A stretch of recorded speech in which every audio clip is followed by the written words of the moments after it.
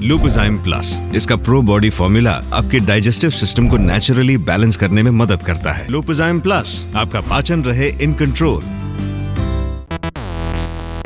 नमस्ते, मेरा नाम डेविड है और आप दी ललन टॉप देख रहे हैं। 26 सितंबर को बीजेपी की पुरानी सहयोगी पार्टी शिरोमणि अकाली दल राष्ट्रीय जनतांत्रिक गठबंधन यानी एनडीए से अलग हो गई।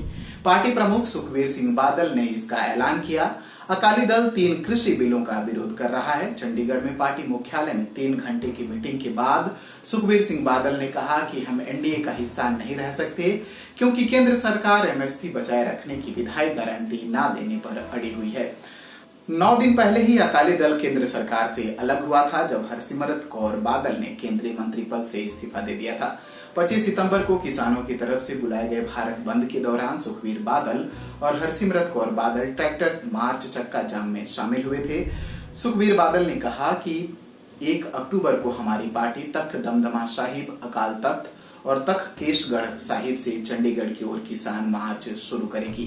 करीब 23 साल पुराना गठबंधन टूटने के बाद हरसिमरत कौर बादल ने बीजेपी नेता और पूर्व प्रधानमंत्री अटल बिहारी वाजपेयी को याद किया। उन्होंने ट्वीट किया, अगर 3 करोड़ पंजाबियों का दर्द और विरोध प्रदर्शन भारत सरकार के कठोर रुख को बदलने में असफल रहा तो ये वाजपेयी जी और बादल साहब प्रकाश सिंह बादल की परिकल्पना वाला एनडीए नहीं है।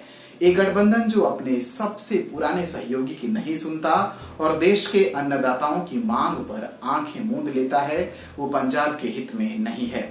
वहीं गठबंधन टूटने पर पंजाब के मुख्यमंत्री कैप्टन अमरिंदर सिंह ने कहा, जब बीजेपी ने इस बात का खुलासा कर दिया कि अकाली दल किसान विरोध विधेयक का पक्षधर था तो अकाली दल के पास कोई विकल्प नहीं बचा था। गठबंधन का अंत 3 महीने से किसानों को गुमराह करने का नतीजा है। एनडीए से पहले ही अलग हो चुकी एक और पार्टी शिवसेना के प्रवक्ता संजय राउत ने कहा, शिवसेना को मजबूरन एनडीए से बाहर निकलना पड़ा, अब अकाली दल निकल गया।